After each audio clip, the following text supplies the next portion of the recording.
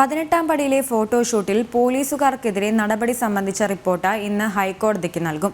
വിഷയത്തിൽ ഹൈക്കോടതിയുടെ തീരുമാനം നിർണായകമാകും. 23 പോലീസുകാരെയും തീവ്ര പരിശീലനത്തിന് അയക്കാനും തീരുമാനം. തിങ്കളാഴ്ച ചുമതലയൊഴിഞ്ഞ സന്നിധാനത്തെ 18-ാം പടി ഡ്യൂട്ടിക്കാരായ പോലീസുകാരാണ് വിവാദത്തിലായത്.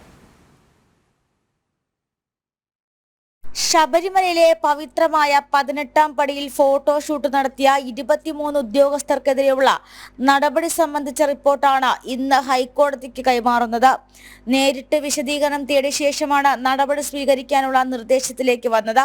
ഫോട്ടോ എടുത്ത SAP ക്യാമ്പിലെ 23 പോലീസുകാരെയും കണ്ണൂർ KAP ക്യാമ്പിൽ തീവ്ര പരിശീലനത്തിന് അയക്കും. ശബരിമല പോലീസ് ചീഫ് കോഓർഡിനേറ്ററായ ADGP S ശ്രീജിത്ത് നിർദ്ദേശം നൽകിയിട്ടുണ്ട്. ഹൈക്കോടതി വീണ്ടും ഈ കേസ് പരിഗണിച്ച സാഹചര്യത്തിൽ കൂടിയാണ് അടിയന്തര നടപടിയിലേക്ക് കടക്കുന്നത്. സന്നിധാനം സ്പെഷ്യൽ ഓഫീസർ KE ബൈജുവിന്റെ റിപ്പോർട്ടും കൂടി പരിഗണിച്ചാണ് നടപടി സ്വീകരിച്ചത് സംബന്ധിച്ച റിപ്പോർട്ട് ഇന്ന് ഹൈക്കോടതിയിൽ സമർപ്പിക്കും. തിങ്കളാഴ്ച ചുമതലയൊഴിഞ്ഞ സന്നിധാനത്തെ 18-ാം പടി ഡ്യൂട്ടിക്കാരായ പോലീസുകാരാണ് വിവാദത്തിലായത്. ശനിയാഴ്ച ഉച്ചയ്ക്ക് നടയടച്ച ശേഷമാണ് 32ഓളം പോലീസുകാർ 18-ാം പടിയിൽ വരിവരിയായി നിന്ന് ഫോട്ടോ എടുത്തത്.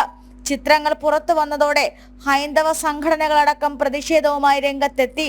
ആചാര ലംഘനമടക്കം ചൂണ്ടിക്കാട്ടിയായിരുന്നു പ്രതിഷേധം. ജനം, തിരുവനന്തപുരം.